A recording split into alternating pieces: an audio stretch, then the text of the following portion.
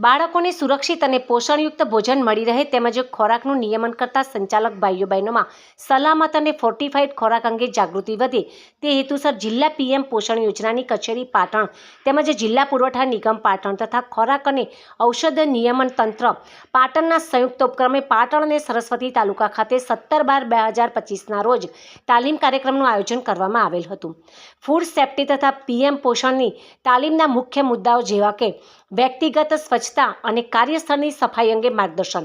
ખોરાક તૈયાર કરતી વખતે જરૂરી સાવચેતી જેવી કે કિચન કમ સ્ટોર તથા વાસણની સફાઈ વગેરે, ખોરાકને અસલામત બનાવતા જોખમો અંગે પણ માહિતીકરણ આપી હતી। બાળકોને હાથ ધોવાની તથા સ્વચ્છતાની અમલીવારી અંગે પણ સમજૂતી આપી હતી। ખોરાક રાંધતા સમય તથા પીરસવાના સમયે પણ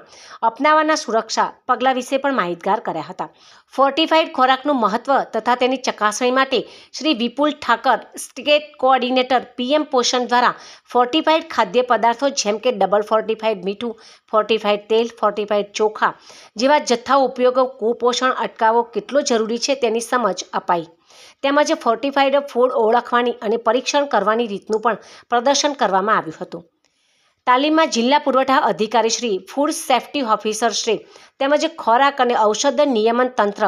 જિલ્લા પુરવઠા મામલતદાર શ્રી તેમજ